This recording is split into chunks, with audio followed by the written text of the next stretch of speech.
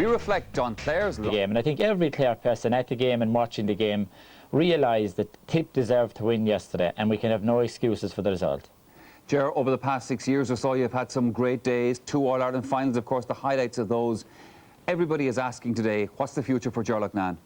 Well, Michael, we've had fantastic days. Not alone the All-Irelands we won and the Munster Championships we won, but I think the big thrill for us was taking part in those huge games. You know, every game we were involved in seemed like an All-Ireland, even if there's only a first round of the championship. And yesterday was like that as well. So now that it's over, I suppose a lot of people think that that era is over, and maybe it is. So at the moment, we don't know what the future is for either for the team or for myself, but the only cure for that is to take a bit of time out, to have a look at the situation, and in a month or two down the road to realistically assess it, to see, have I anything else to contribute to Clare? And the second thing, of course, is what players still are hungry for success in Clare, but that'll only take time. At the moment, we're just absorbing what happened. We congratulate Tip on their victory, and we'll take time out now to consider our own future. There would have been a view, Ger, that a huge effort had gone into the championship this year. It was a sort of a last big push, if you like, for some of these players. Now that they're beaten, one has to ask questions about the futures of some of the Clare players, the older players perhaps.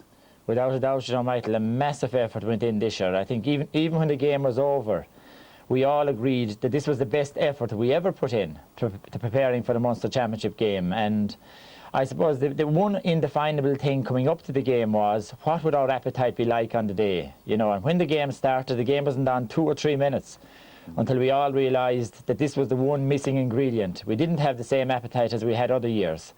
And it's very hard to see how that appetite will come back again. I suppose we'd be hoping that with time and with rest, everybody would recuperate and come back, we'll say, next February, March, with a huge appetite for the game again. But that's unknown yet. Certainly yesterday was the last day for some players. You know, that always happens after a championship game. Players who have given outstanding service to Clare and who have given marvellous enjoyment to numerous people inside the county and outside the county. So in a way, I suppose, it is the end of an era. What the future holds, only time will tell. Only time indeed, Ger in our Limerick studio there. Vincent Hogan, let me pick up that point with you. Do you think Ger will stay with Clare? Can he go any further with his team?